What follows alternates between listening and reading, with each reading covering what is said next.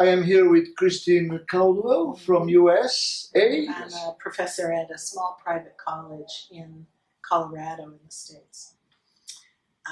So I'm strongly a theoretician as well as a clinician. So I can maybe talk from both of those positions. Sure. So I think it's interesting you asked me what is psychotherapy rather than what is body psychotherapy. Yes. And I have to start by saying that to me, I can't make a difference between those two.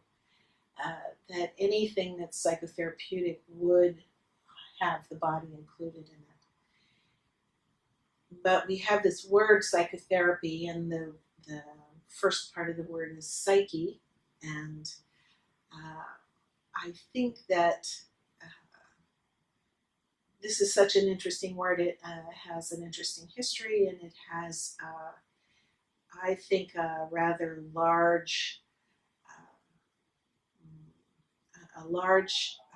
inclusive quality to it.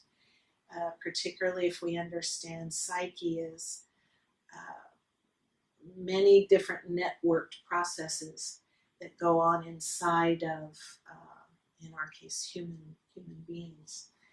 And so maybe I can say a few words about the psyche, but then of course we have to talk about therapy of the psyche. So to me, the psyche is the integrated, networked experience of a human being. So I know that traditionally the word soul is used for psyche, or it's one of the translations of psyche. But I think for me there is perhaps a better word in English would be essence. And so that the word psyche has to do with our essence. And our essence is a multidimensional thing. It's what we feel, it's what we're aware of as well as what we're not aware of that's going on in us. It's our lived experience, and it's also the patterns of our experience, both verbal and nonverbal, both sensory oriented and movement or motorically oriented. And so it is the whole picture of our humanity. And so in that sense, therapy is when there is, you can look at therapy of the psyche from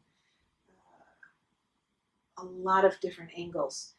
And so one angle would be that a person needs therapy when the different elements of their network don't talk well to each other, don't integrate together. So that there's a disconnect or a clash between their words and their feelings, or their movement and their feelings, or their what they think they believe versus what is kind of implicit underground beliefs.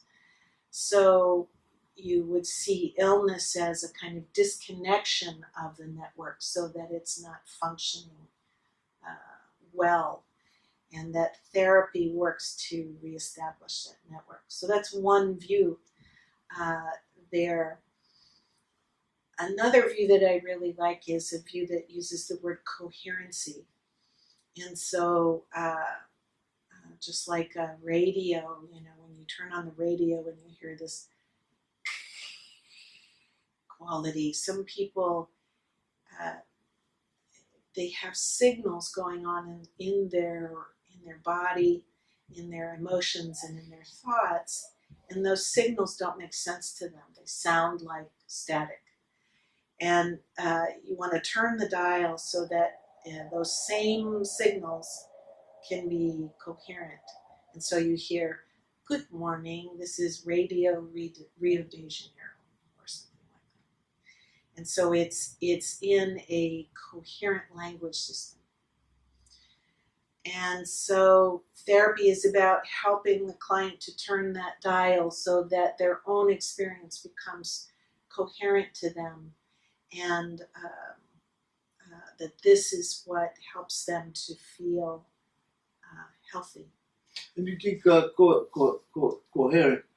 Coherency. coherency has to do with meaningfulness, with making meaning, or sometimes coherency is just kind of equilibrium, or if you centered in yourself, you feel in your vertical level in movement, in a dynamic equilibrium. I like more dynamic equilibrium. Absolutely, it is dynamic. Yeah, it changes. The dial has to always keep moving. Yes, because from my experience, not always when we are coherent, we are making meaning. Or the meaning is already, that's correct. Does it apply for what you're saying? The way I understand coherency is, you're right, it's not about meaning making. Meaning making might be one part of it, but primarily it's really about the ability to listen to signals in one's direct experience and have them feel comprehensible, that you understand them and that you can relate to them and respond to them. So you have a signal of hunger and you can say, I'm hungry, I would like to eat something. And when you have an eating disorder, that signal gets very disturbed. And so an anorexic would say, no, I'm not hungry. And so the signal in that case is a body signal, but it's incoherent in that system. And so coherency can be between emotions and sensations, emotions and thoughts, sensations and actions, all of that. So would you say, for example, for me, for example, when I work, I could use different kind of doors to get into this new, in a possible dynamic, you know, and not a new dynamic, because sometimes it's recovering an old dynamic that was there before, you know. Yes, yes. So and those doors, you know, I can use movement, I can use just looking at someone, I can just use touch. I can use touch. Exactly. All these doors that we have to the unconscious somehow. Yes. No? Yes, I agree. Yeah. To access, I might not use the word unconscious, but I would use the word to access patterns that, or habits that the person is in that keep them in a place of suffering. And or also to help someone to adapt to suffering that is unavoidable sufferings also in life. So do you think it's not necessary, but if you work only in the habit, for example, which sometimes I do that too, it's useful, but sometimes when I work only in the habit, I feel that the habit, it comes back. So it's like go into the habit a bit more deeper, would be to make it conscious, to liberate it somehow. So it brings, or either bringing from the unconscious to the consciousness, or bringing from the non-conscious. You know, the level, the body level. I mean, the somatic level, the vegetative level. Yeah. Does that make sense? Very much so. Oh, very much so. I see. And I think one thing that we probably would want to say a little bit about is how the therapeutic relationship is so important for psychotherapy. That one of the ideas in most psychotherapies is that most of your woundedness comes from relationships, and so the healing is actually in the relationship with the therapist as well as with what you do. It's with this sense that I am I'm calling up a habit of relating. I'm relating differently with a therapist, and I'm relating in a way that I can have more coherent relationships because I'm using this relationship as a way to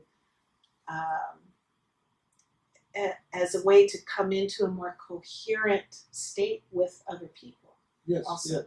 Yes. I think that you are bringing in something that is basic, that is the relationship. Of course, absolutely basic. Nothing happens by oneself. It happens. The change happens in the relationship, and I like to use one metaphor like that. The boat navigates in seas never navigated before.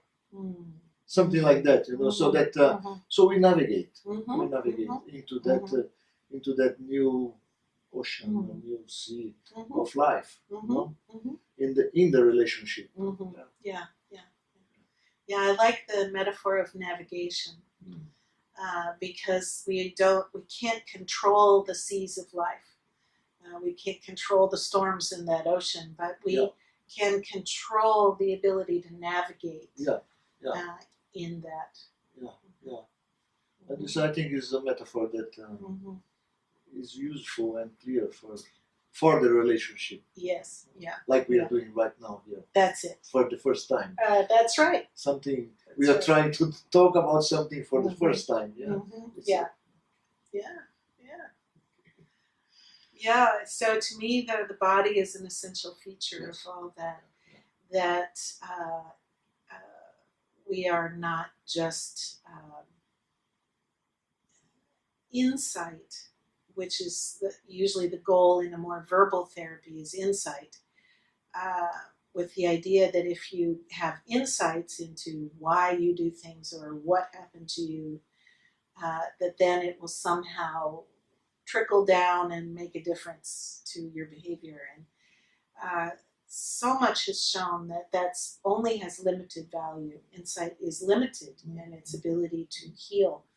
And so we actually have to do things differently with each other in the therapy room, but also we have to do things differently in different experiments, self-experiences in therapy that allow us to shift how we are experientially in the world, and how we are experiencing ourselves and how we are experiencing others in the world. The idea of identity, for example, that we were just in that meeting there, and the identity was something that was in discussion, right? Yes. And identity always bring, it might bring conflicts, confrontations, etc. Because I am what I am. I am what I am. I can be what I want to be. I can have a choice, or I can be born with that choice already, right? So this issue of identity, for example, in our psychotherapeutic office where we work with people, people are always bringing their identity from, or at least we're searching for the identity from the deepest side. And many times the identity surprises us. It's not that surprise only the patient, it surprises us, the therapist and the patient. Oh yes, this is coming out. Let's follow that and see if that's true, correct or not. If you accept, don't accept, or where are you going to fit with that? Yeah. It's a good point. My view on that is that, and maybe this is influenced by my Buddhist background, but what I would say is that we have multiple identities. We have a multiplicity of selves, and at any one point in any different interaction, a certain aspect or a certain self will come more forward or less forward. And so I'm a mother, I'm a teacher, I'm this, my sexuality is that, my friendship is like this, and so there's all these fluid possibilities.